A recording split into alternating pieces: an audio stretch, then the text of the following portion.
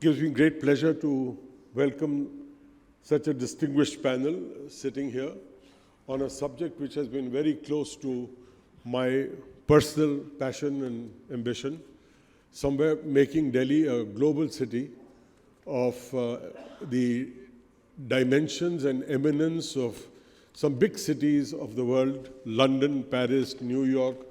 Why not Delhi in the same league? And to come to the subject straight, some years back, I don't want to go into the background of it and what happened to it because some of it could be embarrassing, but we got involved in preparing a master plan for Delhi to become a global center on the same subject as we did now for a Chief Minister of Delhi. And I was fortunate in asking my close friend and colleague, Mr. Kapil Kaul, who does normally aviation studies. He said, no, Mr. Mehra, I'll put a study together for Delhi also. So Kapil put together a study on Delhi as a capital city, global dimensions, making it London, New York. So Kapil, can I just start off with you to ask you, just highlight top 4 or 5 quickly. What were the big points that you had made in that study on making Delhi a global hub, like London, New York, Paris? Hi, good evening everyone. Thank you Mr. Berry for inviting me. If I recollect, it's been almost about 7-8 years. Mr. Kejriwal had just joined that time as Chief Minister. So I think the whole pitch to him was that Delhi is a global city. It has almost everything that can translate into London or cities like London. The question is that do we want to make it? And the roadmap was that to become a global city, Delhi has culture, history, heritage of thousands of years. Wherever you go, it's like an intellectual experience once you go to various parts of Delhi. Food is outstanding as for Delhi is concerned. The other part, that time when we did it, Delhi airport was not to the level that we have today. So the missing ingredients was that Delhi was not a hub that time. I'm talking about 10 years back. What we have today is this convergence of some structural factors that can actually make Delhi as a global city and a global hub. Now, when I say a global hub, I first talk about global airport hub, and that acts as a catalyst to ensure that the rest of the elements of becoming a global city, gets fast-tracked. So our view was that if the government actually wants, if it still wants, or if it wants in a year or so to wake up and say, Delhi has outstanding foundations to become a global city. Now we have luckily an airport which has 130-40 million capacity. If you go 50 kilometers from Delhi, you have an airport which will have another 100 million capacity. So we are talking about between 2 airports, 200 million plus capacity. You have for the first time in about possibly 30-40 years that you have 2 principal carriers who have the means, and by means I mean the balance sheet and the will to turn into a global airlines. So you have Air India, and I think some of you would follow, have an outstanding aircraft order. Long haul, ultra long haul, which are getting augmented every 6 months. Indigo will start, my assessment, a very aggressive wide body operation soon. So I think we have the structural convergence right now to become a global city. The question primarily is, I never felt that the Delhi government till now was really interested in tourism or any activity related to tourism. If it was and it took an ownership, I think many of the things will fall in place. So that's the initial comments I could make, if that's what you were looking for.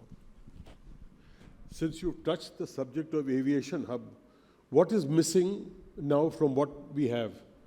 And the fact that now we will be on the verge very soon of having 3 airports, not 1, but 2 and 3.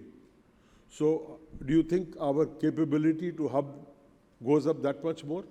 No, so I think Delhi and Noida are 2 different airports. If Sorry? there is, Delhi and Noida are two different airports. There are 50, 60 kilometers between them. And if the government of India decides to basically have high-speed connectivity between these two airports, these two different airports will become an airport system for Delhi, which will be transformational and will change urban economics permanently. The point I was trying to make is that what we didn't have before was we didn't have principal carriers which are the architects to build hubs. Look at Dubai, for example, 80% or 70% in Emirates. You look at London, 50% is British Airways. Look at Frankfurt, majority Lufthansa. Paris, if you look at, is Air France KLM. We didn't have the principal carriers who are the architects to build hubs. Now, luckily, after the privatization of Air India, which I think is a game-changing decision by the government of India, it will reflect in form and shape which we haven't seen in maybe a couple of years. We have now Air India operating about 65 long-haul planes. They're going to add another 50 in the near term. So Indigo is, my assessment, very aggressive as far as wide body is concerned. We expect the next 10 years, the India's wide body to be 150 from where they are now. So you would expect a transformational air connectivity from India to the rest of the world. You would expect transformational connectivity from eye to eye, from Australia to somebody going to London, or from Southeast Asia to Africa. So there are these corridors, international to international transfers, which will become active. Now, principally led by Indian carriers who have the means, the balance sheet, the ability, and more important, for the first time, I would say, both Air India and Indigo have the desire to become world-class airlines. So that will translate into connectivity, and connectivity will translate into hubs. And if the government of India builds a high-speed connectivity between these two airports, I think it may be Delhi airport, two airports become a system. So just to ask you one final question on airports. The one common factor for all these cities that we are talking about is a strong national carrier. Yes. Singapore has Singapore Airlines, Dubai has Emirates, British Airways and Virgin do it for London, and so on and so forth. So you think, as opposed to our present policy of not allowing enough foreign carriers to operate, I mean, they've all been languishing, asking for increased bilaterals, does that impede our capacity to become a global hub? I think bilaterals are a government's decision. It's my view that the government cannot hold bilaterals beyond a point. It is inevitable for the government to give bilaterals, and I think in next 6 months of this fiscal, certainly in FY26, you will see bilaterals in a very moderate manner. But there will always be this view of the Indian carriers that we are investing billions of dollars. You are asking us to put in a lot of money. We've just gone through COVID. Allow us some room so that we develop independent networks. On the other side, bilaterals, let's say from Dubai or Qatar or Singapore or Turkey, has strategic geopolitical elements into it, very strategic trade elements into it. For example, with Dubai, they signed an FTA which was more favorable to India than to Dubai. So there is always going to be a quid pro quo. Now, this government has successfully managed to ensure that the bilaterals are not given, but I think it's reaching a stage that this aeropolitical challenge may become a bilateral relationship issue at some point of time. So the bilaterals are inevitable. But if you ask Indian carriers, they are saying that after so many times we've got it, so that debate will continue. So we'll come to that. Tarun, I'll come to you, Rajiv, just now. Tarun, all these big cities are big museum art galleries, meccas of art galleries and museums. We have them, but they're not on a map somewhere. Are we people who don't go to museums in Delhi, but we happily go to London and New York? Is the experience lacking, or is the promotion lacking, or is the awareness lacking? How do we make Delhi a big hub for museums, galleries, history, and all that? Navin, the problem with India and Indian museums is that we are very boring. Nobody wants to go there. As school children, when we are in schools, we are forced to go into Indian museums. We go in a straight line. we see half the things here, half things there, and we are back to our schools in our respective school buses. What has happened in India? Unfortunately, nothing in museums have changed over a period of time. And that's what's made them very boring. So when I thought of creating a museum in the country, I wanted to break that mindset that museums should be fun, museums should be entertaining, and that's where we succeeded. Now, when you look at it from a city perspective, that, you know, why can't National Museum become interesting? Why can't NGMA become interesting? Why can't, you know, some of the other relevant museums become interesting? The Railway Museum also, why can't it become more, you know, dynamic, more visitor friendly? So it boils down that museums are, Indian museums are not storytelling experiences. They're not storytellers. In order for a museum to succeed world over, museums have to be storytellers. They have to create a story. Visitors have their own stories in mind when they come and see a particular museum. And whether you go to London, the London Transport Museum, or the Victoria Museum, or even Louvre, they are all storytellers. And that's what a curator does very beautifully there. So is this change happening now? Or? It is happening. Kiranada Museum of Art is coming up in a big way. They're great storytellers. The museum which has opened, that's telling a story, but that's more from a cultural point of view. So that's where Delhi is lacking, to be very honest. So if we look at pure culture, Delhi has a lot of heritage. Delhi has a lot of Delhi museums have a lot of good collection, but it's not being curated well according to today's generation. Today's generation is the button generation, or the Gen Z as we call it. Their attention spans are very low, and we need to create stories in order to keep their interests alive. And this should be an ongoing and an evolving process all the time. Then only I think culturally, Delhi can become like a hub of cultural activity also. One example, there's one successful story in Delhi, and that's the Delhi Art Fair. If you look at it over a period of time, they've really captivated the audiences. They've got people from all over the world. Now we need many such events to happen in Delhi in order to become a cultural capital also. Also, 2023, Ministry of Culture for the first time organized an international museum expo in Bharat Mandapam, Pragati Maidan, which is a huge success. But next year, they moved it to Calcutta. This year, we don't know where it's going to happen. So in order for Delhi to succeed, and you need such expos on a yearly basis, and many more such events. What about using some of these existing facilities for having events? You go to London and Paris, you can use these big museums for little events, promotions.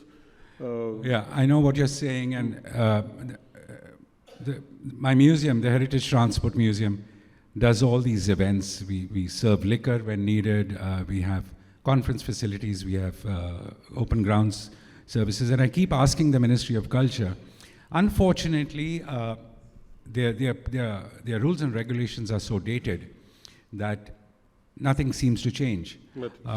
You cannot have a dinner event at any of our museums in Delhi. You cannot have an event even in the gardens because that's restricted space. Now, we are not, we have to open our minds. We have to change those rules and regulations and the mindsets that were formulated way back in the 1950s. And unfortunately, I don't see nothing has actually moved. They may be having their own restrictions, but in order to make them commercially viable, they occupy prime real estate. And we are hearing now that the North Block and the South Block and even the Parliament houses are going to be converted into world-scale museums very soon. And even the management of the Louvre here in town, trying to work with the government Yes, of there's India. a newspaper item yesterday, Yeah. the RFP for The thing is restructuring or out. retrofitting. Now, they is will going to be also announced, yes. not succeed if they don't allow people or events to happen in segregated spaces, like it is done world over. So coming to you, Sanjeev. Sanjeev runs a company or a foundation called Seher Foundation, and he's been actively involved in big ticket events across the country. One particular point which you may like to address is what Tarun just mentioned, that continuity. You have a Surajkund Crafts Mela, which happens on the 15th of February every year. Why doesn't Delhi have some 10, 12, maybe 50, 60 events happening, big ticket events? We don't even have an annual film festival. So what is holding us back?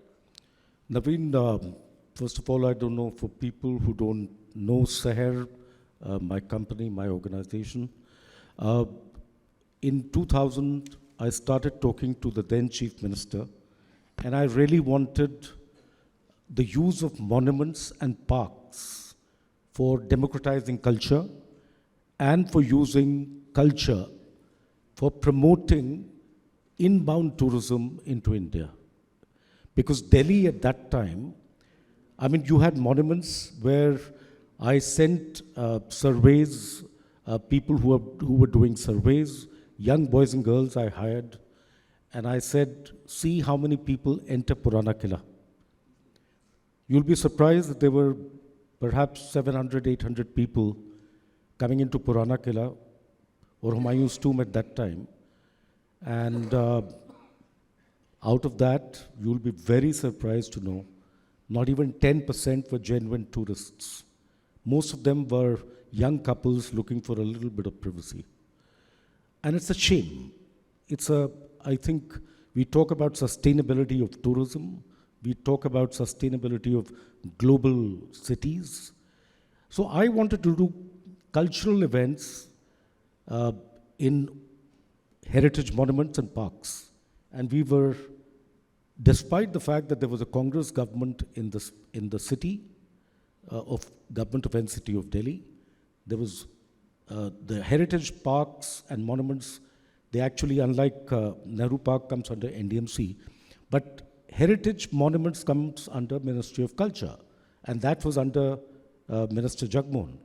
And I remember my friend Rajiv Talwar was the MD of Delhi Tourism. Great, Rajiv, I'll always be grateful to you for what you did as chairman of Delhi Tourism and how much ease of doing business.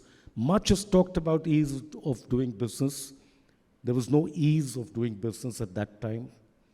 But some people who were modern school, St. Stephen's College, who had a backdrop of culture.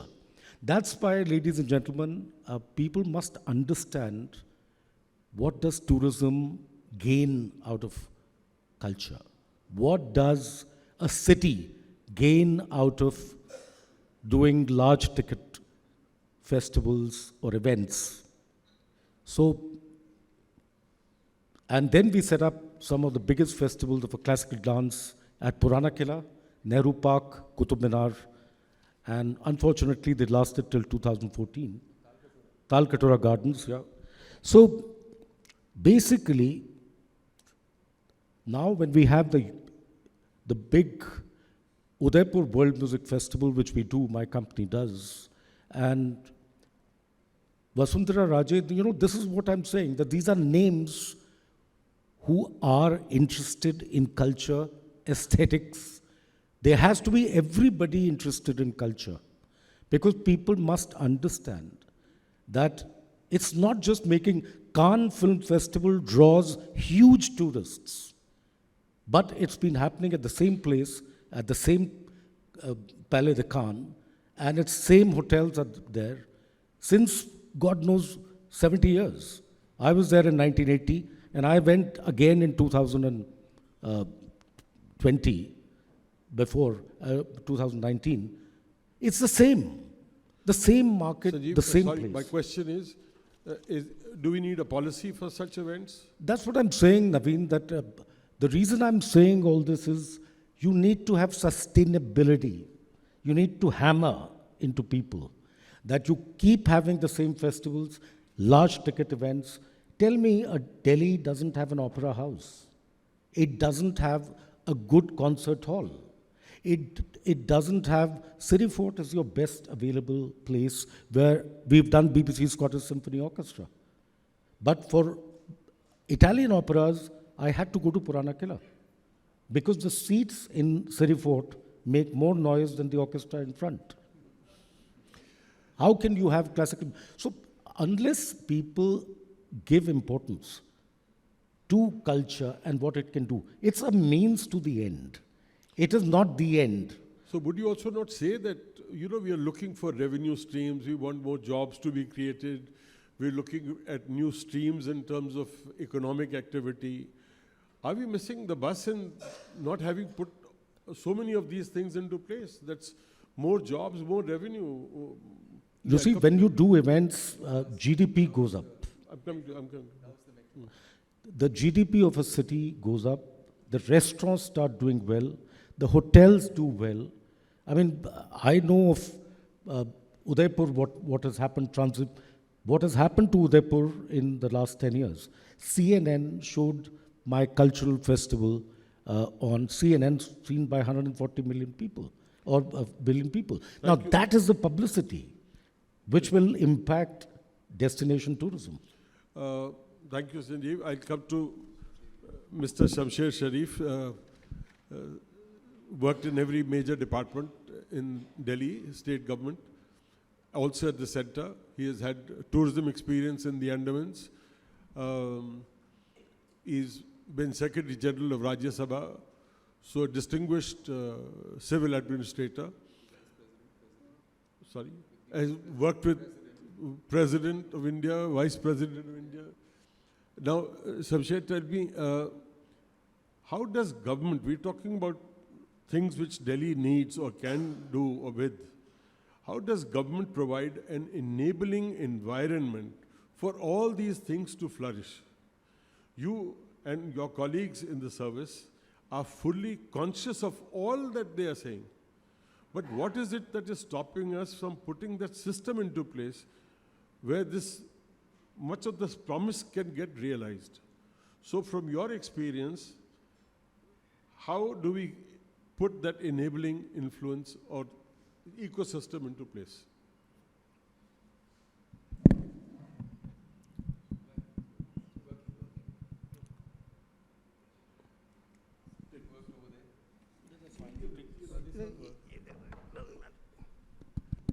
This is our faith in technology. We never start unless we tap once, so to make sure, so digital all apart, this is the reality of life.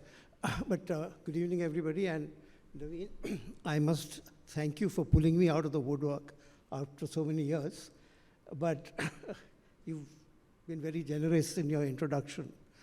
But my experience, if I may put it in a historical perspective, limited to this particular issue which we are discussing of Delhi as a hub, right? And keeping the focus only on that. Now, in 40 years that I served in government, I started here in Delhi in 1977 when there was Jang Sangh in power. And then came the Congress. And then came a variety of others, and we finally ended up with the Congress again when I became Principal Home Secretary. But nothing changed. In between, as Transport Commissioner, as it's now called, the longest serving for 4 years, at that particular point of time, I was told, take charge of tourism also. Now you see, that's where the real problem begins. Tourism was seen as an appendage of transport. It was not seen as an independent department. It was not seen as an independent entity for which Delhi had every possibility. What you had then, you have now, and you had a century earlier. Culture, heritage, and all of you have mentioned this, and all of you know it. Connectivity. After all, if you go back to pre-independence, you had Lahore on one side and you had Calcutta on the other side. In between, there were just small cities, including Delhi. But you had everything going for you, but you missed every opportunity. And you missed those opportunities right up to the Commonwealth Games. I had something to do with it, and fortunately, I pulled out faster than people thought I would, because I realized it was headed towards disaster. But anyway, that's neither here nor there. The point is, Delhi has the potential, Delhi has the ability, Delhi has the infrastructure which plus or minus can improve, etc., etc. But what you asked me was, what is it in terms of what I'm going to say? Governance. What Delhi lacks is political will. Take the metro. I will not take more than a second on that. When I proposed the metro for Delhi, it was shot down by the government of India in 1986. I said, how can you survive in a city growing in leaps and bounds? Rajiv, you're aware of it, right? We used to sit on the same meetings and everybody would laugh at me, metro for Delhi? Finally, I got an appointment with courtesy Mr. Rajesh Pilot with the then Prime Minister, Mr. Rajiv Gandhi, who I happened to have met earlier when I was in the Northeast, and explained that, look, we can't survive like this. We are registering 500 vehicles a day. You know, you don't register 500 FIRs in a day. And how are you going to have parking? How are you going to have roads? How are you going to have a transportation system? So let's think of a metro. I was shot down. No, Delhi doesn't need a metro. It's Bangalore that needs a metro. So we missed a number of opportunities like this. And why I'm saying that is, tourism was one area where you could have picked up. Now let's lament what has happened. Let's look to ahead what needs. So I will put it in one word. What Delhi lacks is political will and lack of governance. Now, the lack of governance, you may say, okay, this is a big, broad-banded word. Now, please explain what do you mean by lack of governance. Now, the lack of governance, as I would put it, is you have a power structure which is fragmented. You have a leadership which is dual. You have urban planning that is multiple. And you have services which are disjointed. And you have no coordination with the NCR. How can you build a global hub when you have so many things which you need to address? And what you need to address is governance. You need a unified authority. I've been saying this a number of times in various meetings, etc.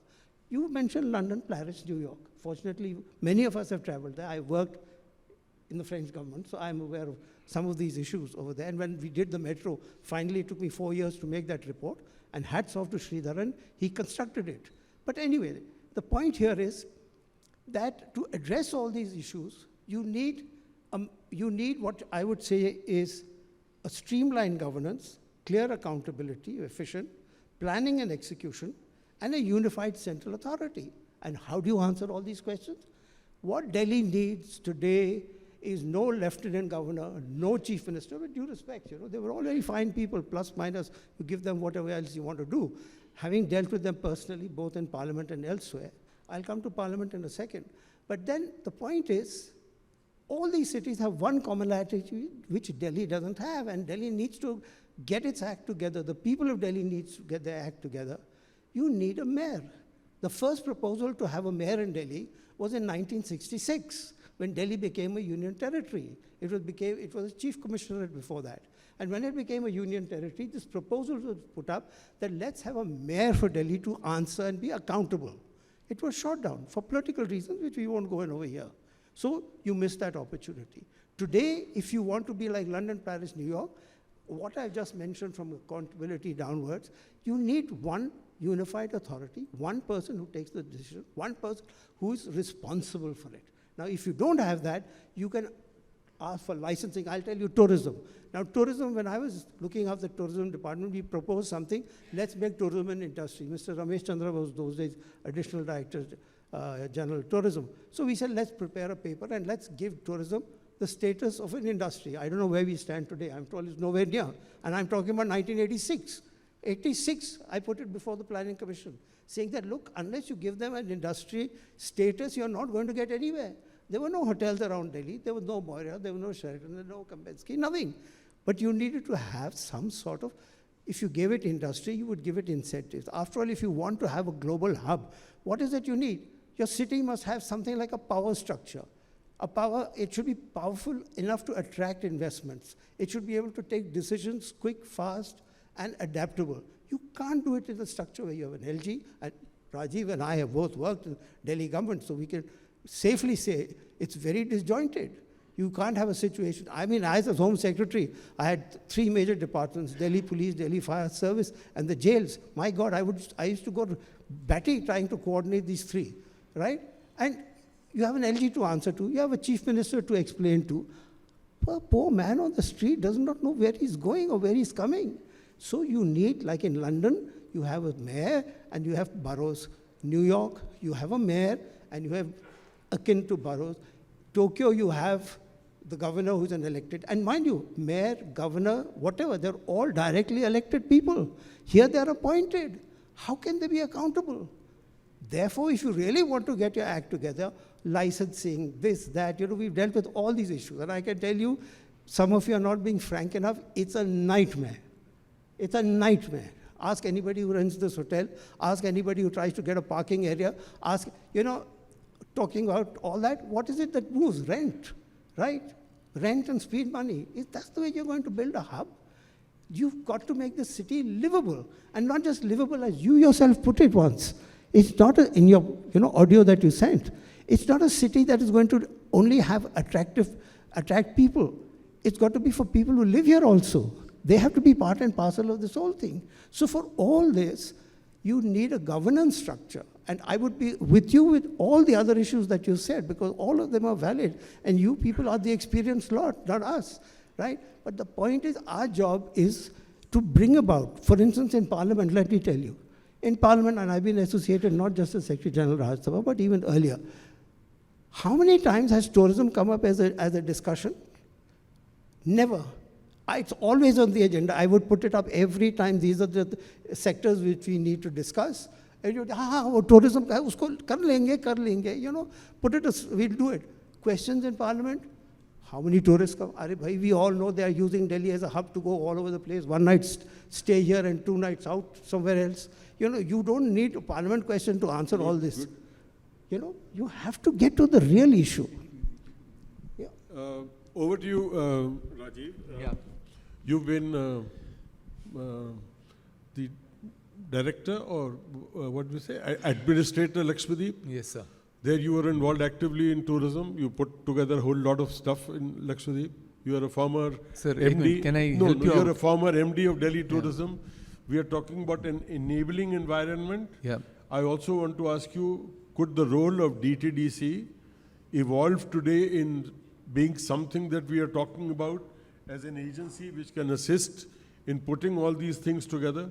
At the moment, it's more busy selling alcohol, but it can do something more. Okay. So, Can I? yes. Okay, first of all, of course, I think we've all done it. Condolence to the victims. Yeah, we've done that. I know that. And then a hello to friends. Everyone over there, I've spent a lifetime. 1980, Abdut, from 1985, everyone else. I mean, whether it's Ratan, whether it's Suresh, whether it's Bhushan there, whether it's Neelu there, it's, Archana there, and Navin, of course. There's Mehra, there's Ratna, name it, there's Deepak over there.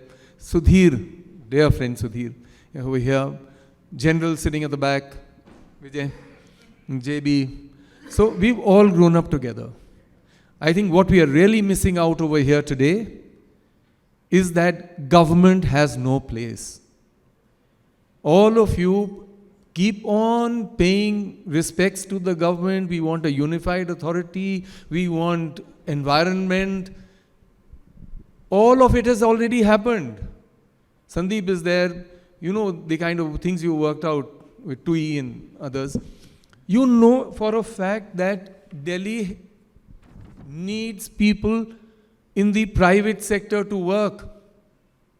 We will always have good hands at the government. We are missing out, no? We are missing out Mr. S.K. Mishra here. We are missing out Mr. Vinod Dugal. There's Ashwini was here somewhere and he's just left. Okay. Yeah, another Ashwini. So they're good people. And many of those good people have been picked. There's no greater event that could happen in tourism than the G20, and that was thanks to, we all know, Amitabh, our own Amitabh. So we've had Ashwini who headed the Indian Railways. He was the chairman. And so was he of Air India and Indian Airlines. He's now with the airport. So it's a great thing. We all have success stories. whether it was Sanjeev doing the Gurbani festival, which was never there, the Bhakti festival, Ananya, the Kutub festival, someone else to do also, film festival. He's been closely associated with films and Shekhar Kapoor. Kapil, who does excellent studies. Navin, whose handwriting is damn good, I can tell you. No wonder he's been into publishing. So, we all have success stories here. You will always meet the wrong politician and you will always meet the right politician and the right bureaucrat. Ratan Tata was complaining, and it's in his, it is his biography by Thomas Matthew, complaining about one minister for civil aviation who was allowing and giving permissions to every airline except Tata SIA, which was going to get money into the country, but all those who were sending money out of the country were given permissions. And then change, yes sir, we will come to Delhi. Now Delhi, we have, why do we have DDA here?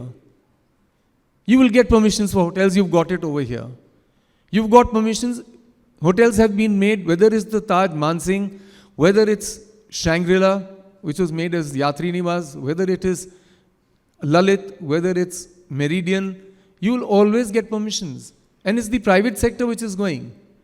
Today, Taj has an agreement with Claridges to promote it worldwide and market it worldwide. And they'll have a Claridges chain which is coming up with Connemara and Blue Diamond. We've had 52 weekend getaways in 2001 from Outlook magazine.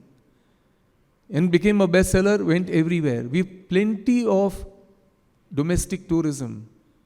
Why are we not setting a target of 100 million tourists from abroad, including NRIs? Why are we not doing that? NRIs are already allowed to buy properties in India. 25% of the sales of properties in India is marked out for NRIs. They are the best investors here in this country. They'll come here once they have properties here. But can you allow foreigners to own properties? That's a moot question. I think it's loaded both the sides, because then the rates of property will go up and you'll promote some kind of illegality, maybe or maybe not. So that's a moot question which will keep on getting discussed with all the senior bureaucrats who come here. There's Suman Billah here who's damn good, WTO experience. So we've had success stories here. Rules have been changed. You know, the Cinematograph Act had to be changed. It was in 1952 it was made, and then the Chief Minister of Delhi, the Lieutenant Governor of Delhi, and the Home Ministry took it together to say that you cannot have a cinema or a multiplex 250 meters from a school or a religious institution and 75 meters from a petrol pump. Because petrol pump ko, there is a danger to the petrol pump, it might be blown up. So those rules had to be changed. Rules will get changed. The Taj Mansingh was made when all the rules of Lutyens Delhi were there. So was Meridian. So why are we not allowing institutions and government institutions to disappear? Which is what Suman was saying. Will there be an implosion? There's Aman, who's come in now. I mean, great individual initiatives springing up all over the country. Museums. Why do we need the government? The government is itself, the museum is located in the Janpat Hotel now. Isn't that so, sir? Yeah. I mean, they had plenty of eating outlets over there. Why is it not allowed there? Red Fort for that matter. Then airports. We've got the best. The IJI as well as the Jewar one coming up there. So you've got everything going. It's the private sector which needs to take up, whether it's training, whether it's skilling. I mean, you have the best, the government has done its bit. Do you think we could have done a global show better than the G20? If anything was lacking in it, it was, I mean, I don't think there was anything lacking. It was an outstanding show. And we had the best man in tourism doing it, Amitabh, the Sherpa. Then you have had Yoga Day, wellness. Deepak was talking a little earlier, ki nothing known about wellness. You have a World Yoga Day. Today, what were earlier gyms and what were earlier for exercises are being devoted to yoga over there. You had the Mahakumbh here. Can you have a bigger event? And not done by the central government. Varanasi. Jahan-e Khusro has been done under Mr. Modi by Muzaffar Ali. So you have people who are doing it and they can do it. No, Mr. Talwar, I fully appreciate your comments. Just only one remark. Yes, sir. Is there a possibility, in your personal opinion, from your experience of government, for an expanded role for Delhi tourism? Allow me to say, Yes, please sir. allow me to say, that while you are saying, why government, why not the private sector, all cities, whether it's French, whether it's New York City has a New York Tourism Board. It is, I wouldn't say controlled, but apexed from somebody in government. Then the private sector comes in and sits on that panel, and then the private sector drives it, maybe private sector even funds it. All these museums you're talking about, they are government institutions which have been handed over to trusts. They are not privately owned. Kiran Nadar Institute is a different thing altogether. She has a budget of only 800 crores annually to spend on art. So that's very... And Tarun is private. Tarun is private. Sir, we have... But can okay, you should get it. But to say, for all the heroic work that he has done, he could not have put that show in Delhi. That's it. Because Sir, the land cost would have been phenomenal. That's it. So, question Sir, is, Delhi has done can government provide an enabling environment? Yes. That's all. Government doesn't need to provide. We need to help ourselves. We need to help We had shortage of hotels. We were talking of number of permissions. Look what Sunil Bharti Mittal has done. With GMR, the system has been worked out, Aero City 1, Aero City 2, that's the best place we have for hotels today. It'll lead to another kind of rush, that's a separate point. Ratna's done cruises here. We'll take on to Rajiv Nair now. Please. Rajiv, Mehra. Rajiv, you have heard this all. I, by deliberate attempt, wanted you to be the last speaker of the session. When you hear all this, as a president of the Indian Tour Operators Association, how do you find Delhi as a city to be marketed and sold by an Indian tour operator overseas? Has that experience changed in recent years? How is it happening, evolving for Delhi as a city to be marketed? Thank you. Thank you, Navin. Good afternoon, everyone. It's a very valuable point. You see, over the last 10 years, things have changed in Delhi. However, we are still lacking, as Kapil said. Delhi is becoming a hub of connecting flights, whether it's Air India or Indigo. Only on Saturday, Sunday, last week, I was in Kuala Lumpur, and we're discussing with Air India why we're having a flight 8 o'clock in the morning. This is we're taking load from here to Europe and everywhere. And at the same time, Air India, I don't know about Indigo, but Air India is definitely trying to have a stopover also. If you want to book, they'll give you a stopover of 24 hours or things like that. And that's something great for Delhi. Now, when we talk about museums and all these things, especially we totally lack everything and anything in the evenings in this city. So this is what a tourist wants. There should be something to go in around in the evening, which we definitely lack. We need to have those kind of things. Coming to museum, when you talk about private, what happened to Madame Prasad? Disappeared. Why? After spending so much of money. No, they were in touch with me. Their person from their head office in Australia also came to my office and met me. The worst problem was of parking.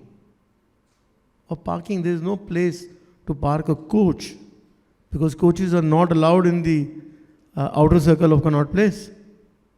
Park it somewhere else and come park it somewhere near the Connaught Hotel and walk down from there. No, these kind of things require, if you have a museum or anything else, you need to do it.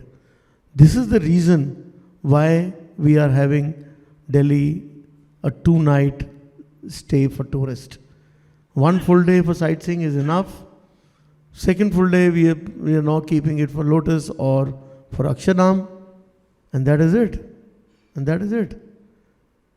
We need to have more such things which are not boring. Very important. The clients should like those places and do it. Cleanliness overall in the last couple of years has improved. We are not that bad as what we used to be earlier. But still, the worst part is if you're coming by train, you enter Delhi from anywhere. It's all dirt all around. So we need to change all these things. We need to improve all those things. Then only a tourist will come and stay here for a longer duration. We've got world-class hotels. Fine. But then transports, we have the world-class. You name the vehicle, you name the car, you will find it here in Delhi today for hiring for the clients. Just one question. Over the last 5 years, much has changed in the MICE capability of Delhi. In fact, it must be one of the biggest or bigger convention centers in this entire region, not India. With Dwarka, Bharat Mandapam, we have more capacity. Is anybody putting it together? Are we selling Delhi as a MICE capital any better? Are you finding selling Delhi, if it's on your agenda, or you're still selling Agra, Jaipur better? What is the experience of marketing Delhi? Just one question, and then after that, Rajiv will have one intervention. Well, as far as MICE is concerned, we have ample of capacity available now, whether it's the Dwarka or Bharat Mandapam or even the Greater Noida one. But again, it's very difficult to get conferences here. And we were in the ministry the other day, not in the ministry, but the Samrat Hotel, where the Ministry of Tourism and MEA and MHA all had we had called us for a meeting there. Problem is that to get a conference thing, you have to apply to MHA first, and then MHA will give a permission, and then only the e-visas and those things will start. You can't. Why do you need MHA's approval to have a conference here? What happens? If the terrorist has to come, he will come as a normal tourist also. Why you want to control it? Or you want to see that no one speaks against you, or what? So that's another problem. So MICE, ample of things. So we told MHA also, please relax these rules. So one quick one quick one from Rajiv, and then from Shumsher, and then we wind up. I'm going to repeat the same thing again and again. I think the private sector needs to take things in their hands. You will always meet people in the government somewhere who will be not so good, but there'll be others who will be very, very good and very receptive. I'm just reminded of two things. You've got Yashobhumi here. Why is it with the government? You have the Geo Center in Mumbai, which is doing much greater activity. It's being managed by a hotelier, Debu. We had created a destination in the 60s over here. It was nothing to do with the government. You had no alcohol that time, but you had butter chicken coming out of Moti Mahal and a Qawwali evening every evening over there. After that, the art of Qawwali has disappeared from Delhi. None of the private sector institutions have taken it up and said, okay, one of these big hotels can do it. Why can we not have that approvals and flat policy that approvals for hotels, 5-star or whatever, more than 200 rooms, need no licensing, multiple licenses. We have restaurants in Delhi which ask you for a health license. Safety should be preserved in any case if there's an accident. And look at the youngsters in Delhi. You have 200 restro bars in and around CP. You have a cyber hub in Gurgaon. People do things on their own. Please, let's stop saying that government needs to do. We will always meet the government and do well. somewhere I have felt, and what he's saying, some of these capabilities and facilities exist. They have not got absorbed into the tourism process, or at least the GIT process of Indian tourism. But we are running short on time. Navin, just Shumsher, you wanted to say something, or you have changed your mind? No, he'll borrow your mic. Huh? All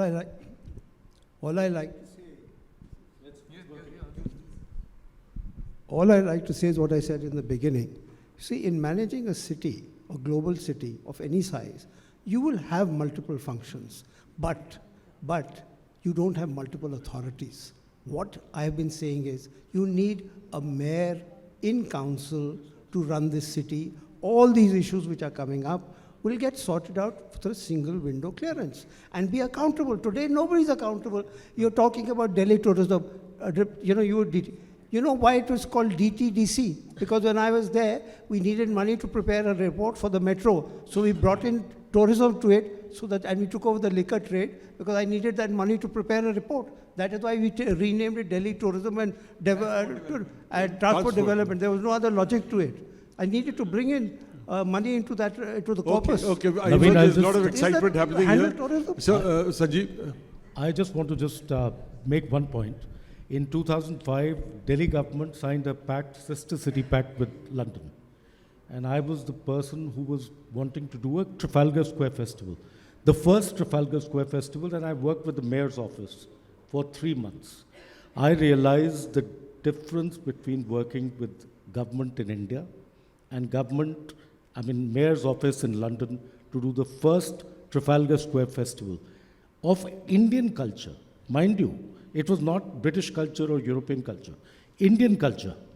Kapil, last point, quickly. No, I just wanted to... Otherwise, Ritika is going to pull me up. I just wanted to add that I think we should just rest this debate once for all. That we'll continue to be incrementally improving.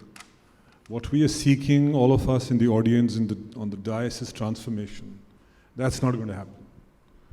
If we allow, for example, and I'll just give you an instance, if market access is an issue with the aviation right now, the industry successfully manages to hold it for 10 years or 8 years.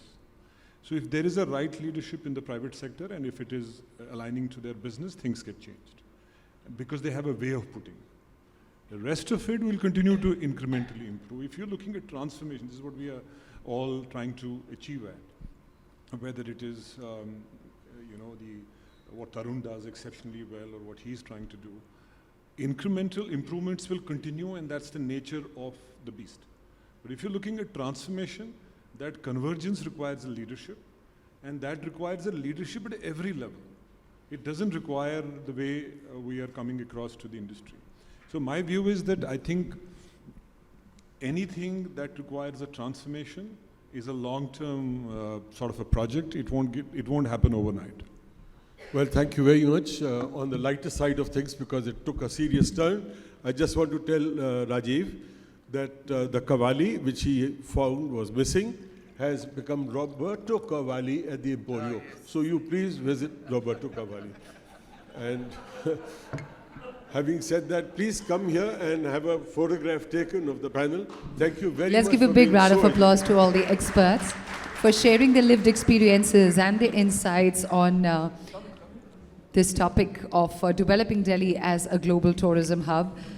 I think heritage, history, infrastructure, hospitality, we have all the ingredients, but what clearly got highlighted from the discussion was that we need a shared intent and smart planning and execution to make this really possible. A big thank you once again. Let's have a huge round of applause for all of them, please.